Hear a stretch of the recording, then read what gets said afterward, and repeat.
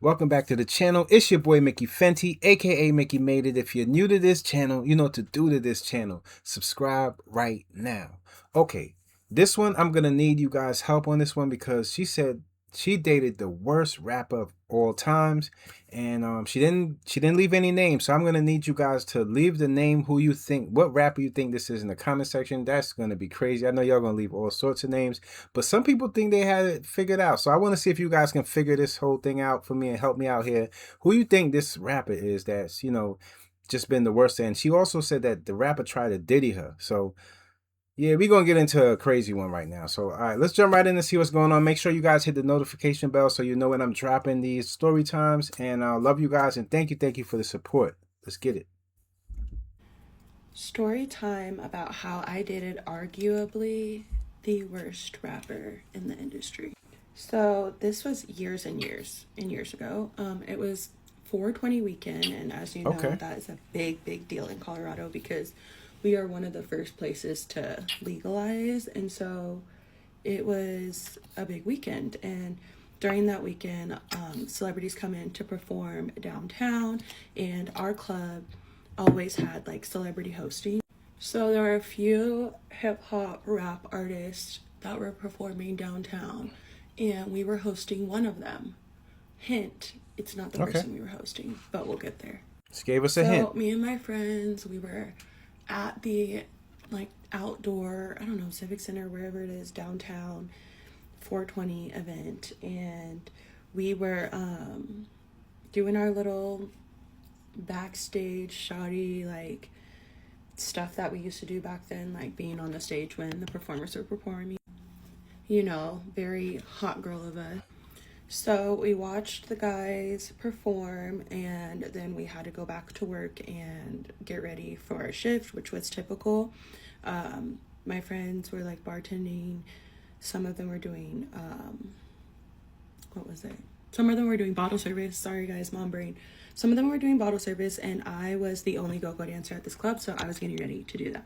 So the night starts getting busy, and it's like packed out. Our club used to be like shoulder to shoulder.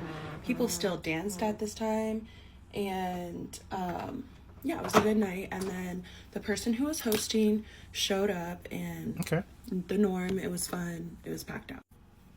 And then in comes the worst rapper in the industry. We did not pay to host him. He just showed up for funsies, okay? And I was like, oh, that's cool. I didn't see him performing at, I think it's Civic Center Park. I don't know. We didn't see him performing there, so it's cool. He's here. Now, although this is the worst rapper alive, the worst rapper in the industry, everybody knows Okay, him. he's a household name. Unfortunately, Okay. he's a household name. So I'm doing my thing, dancing per usual, and once this man locked eyes with me, when I tell you the immediate love bomb began that instant, like just poured in love bombing. He sent his like assistant or errand boy, whatever you want to call them, over to me at the end of the night because when the lights came on, the host left already, but he was hanging out after Wow. hours at the club, like with the employees. Anyways, he sends his little errand boy over to me, and he says, so and so wants you to come over here. And or maybe he, I don't know, he might have yelled at me across the club because like music was off and everything at this point. I think that's really what happened. I don't really remember, but either way, he sent his person over, who helped me off the like platform, and then I went over to his section. Wow. And this is what I mean when the love bombing began, because when somebody is of a certain status and you're not, like when it comes to like fame and being in the industry, like it's really easy to love bomb someone because they do the bare minimum and it makes you feel special. And so I go over to his section, and he's like yelling at his errand boy and saying, help her up here. So like already I'm like, oh, okay. And then he's like telling me how beautiful I am, I'm a great dancer, asking me all these questions, trying to get to know me. And then he invites me and whoever I want to bring to his hotel. Now, if it was just me, obviously I'm not stupid, I wouldn't have gone, but he let me bring like 3 of my friends, and then some other girls were already going, so we went. Mind y'all, I was super young when all We of don't this took judge. We don't place, judge. so anything you hear that sounds stupid, I was like 21, 22. So remember that. So me and my friends get to the hotel, and it's like one of those rooms that's like has a living room and stuff, and like a kitchenette and an island and stuff. So we're just like sitting at the island and drinking.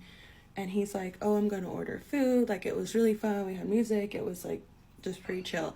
And while we're there, like, so my friends are there, and he's telling them she is so gorgeous, y'all. Oh, Look he's a at her, love look at her. bomber. Like, she's so beautiful. Like, really gassing me up. Like, what girl who has heard of this person since they were a child, and who's not gonna eat that up? In hindsight, like, now I realize that this is what he did to everybody. Like, all girls that he showed interest in was meet them, love bomb them, gas them up. I really don't know what was the reason. Anyways, we would talk for like a few months. Obviously, he didn't live in this state, and so he left.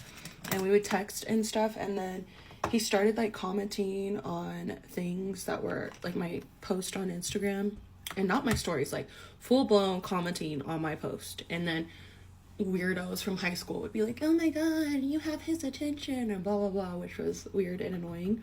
But and then he would FaceTime me, and we would just keep in contact for I think a few months. And he would invite me to fly me. Okay, hold on one second. Let's hold on one second. Ladies, you gotta know if somebody's love bombing you down like that, you know what they want to do. They trying to crack. They are trying to crack. I mean, you gotta at least know that part. We're not judging, but you gotta at least know that he's trying to hit, or he's trying to, you know, get to know you a little better than just saying what's up, or he wants to sleep with you. Obviously, to different places, and I kind of was like, okay, maybe, and then I would just not answer, and then eventually I finally said yes. He wanted to fly me out. I was single at the time. Me and the girl I was dating were just Okay, not so you doing went well. for I it. had moved out, and I was like, why not? And so he buys my ticket, and I don't remember completely, but I'm pretty sure, y'all, it was Frontier. He bought me a Frontier ticket. And y'all, I'm really not some bougie ass, like, nose in the air, my ish don't stink girl. But I didn't even buy, like, I had taken Frontier before and I don't like it. So I didn't even buy myself Frontier plane tickets. And for, like, being who he was, it was a little You're not shocking. going private So, jet, whatever, but I go out there Frontier's a little. and I get there and we're having fun. We go to the pool at the, like, place we were staying, which also is, like, a resort or hotel, I don't know, that has like a living room and all the things and like more than one room. And yeah, we're having fun. We go to the pool. He hires like a private chef. We go out to eat as well. And like people are coming up to him to ask to take pictures, and then he's acts weird. This video is super super long, so we're gonna go to part 2. If you want to know how he almost pulled a Diddy Wow. on me, go to part 2. This video is getting long. If you want to know how this MFer essentially tried to Diddy me, stay tuned for part 2. Part 2, at the Okay, time I here we go. dated the worst rapper in the industry, and The he tried to worst? Diddy Who me. could this be, though? Okay, so we left off when we went to this restaurant that he was gassing up, mind you, for a while, and I was starving. I had not eaten since probably since I left for the airport. Wow. So I What's was up with like that? really ready for this food.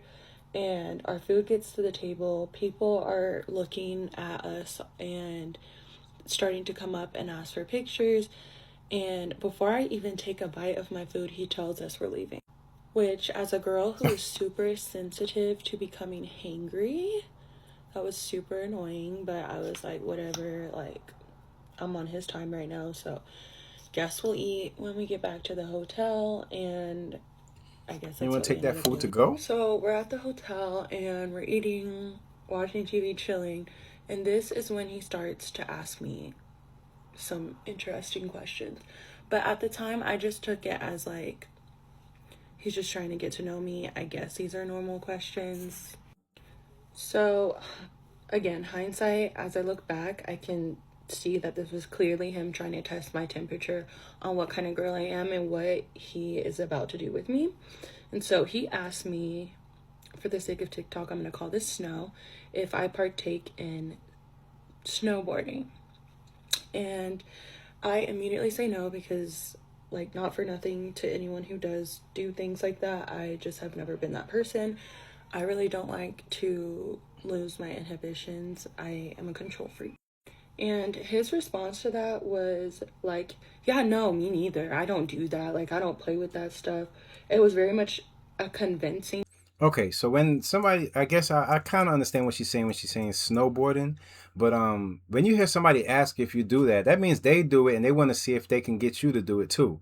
And I guess so far she played the right move. She don't do that, so let's see. I guess he didn't pull the Diddy moves yet, but once you're dealing with a person that does that stuff, I mean, it's gonna be a possible chance that you're gonna end up doing it too if you continue messing with him. I don't know. Let's go. Response, like trying to convince me that he doesn't do that. And it's like, dude, be yourself, but whatever. I believed him though, because I was naive and young. Okay, so whatever. Time passes, and now we're getting ready to go to an event that he was actually hosting this time. And it was like a day party. And so I was getting ready in the bathroom, and he was doing whatever, whoever the fuck knows. And then we He get was ready to snowboarding. go. And in this town, you can take like a golf cart to the bars and the clubs. So that's what we did. We got a golf cart, and he ends up calling some girls that he says he knows in this place. I guess I can say where it was. It was in Arizona, and what's it called? Okay. Scottsdale. And so he, I guess, knew some girls there, and he calls them, and I'm just like, cool, like, that's nice, because then I can have some girls to hang out with. Mind y'all, I've had my, like, I've dibbled and dabbled with men every now and then, and they just happen to be men that are known. But I'm really a lesbian, married to a woman now, and so Oh the jealousy with, my. like, women and men, like, never kicked in with me. Like, I never registered jealousy for a man that is, I don't know. I didn't care that women were coming. So he gets all of these golf carts, and like his errand boy and like a couple other guys and a bunch of girls all go to this event. It was like a day club. It was honestly super fun, and I really liked the venue or whatever. And so we're there, and he's hosting and doing whatever hosts do, and rapping his only hits that he had. So while we're there, like a bunch of like, it's the typical rapper Hits? hosting a club thing. Like a bunch of groupies come in the section, and again, I don't care. I'm just trying to honestly hang out with some girls. I really don't care. And he, while we're drinking and like partying, whatever, in the section, oh my god, there's something on my eye. While we're doing all that, he keeps coming to the side and like where I'm standing and whispering in my ear, and he keeps saying, if you keep acting like this, if you keep being like this, it's gonna be me and you for a long time. Like we're really gonna get along. It's gonna be me and you. If you just go with everything, it's gonna be me and you. And I'm like, okay, whatever the fuck that means. But it sounded good at the time. So I feel like what he was trying to say is, if you just shut the fuck up and submit,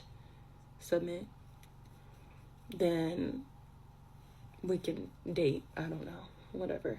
And so now, You got it right. I was hungry, y'all, because I feel like I barely ate at this point. Like, I maybe ate a little bit of the food from the restaurant. So, again, hanger sensitive. I started to get a little moody, but it is what it is. I kept it together.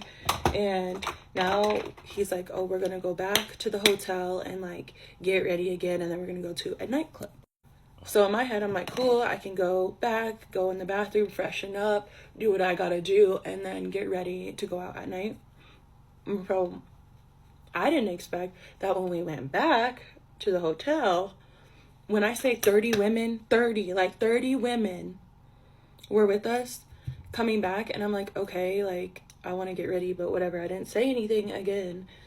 And I was just like, what? Like, why is this? I thought we were going back to get ready and then leave. And then, like, the girls could meet us there. That makes more sense.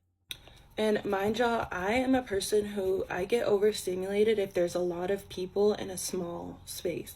And like, even though this like hotel was a larger hotel. For 30 people is crazy. And so they all come back, and I'm like, okay, whatever, I'm just gonna go with it. Guess I'm not getting ready. And we're all drinking and stuff. And then literally all 30 of the girls, I think one girl that was like friends with his assistant or errand boy or whatever, she stayed out of the she was one of the girls who like came with us, like rode with us to the day club. She stayed out, and all of the all 30 of the girls go into the room. Mind you, my luggage is in there, my like bags, like my nice things, Damn. because you know I brought all my nice shit to like wear or whatever, is all in this room, and there's 30 bitches in the room with the door closed.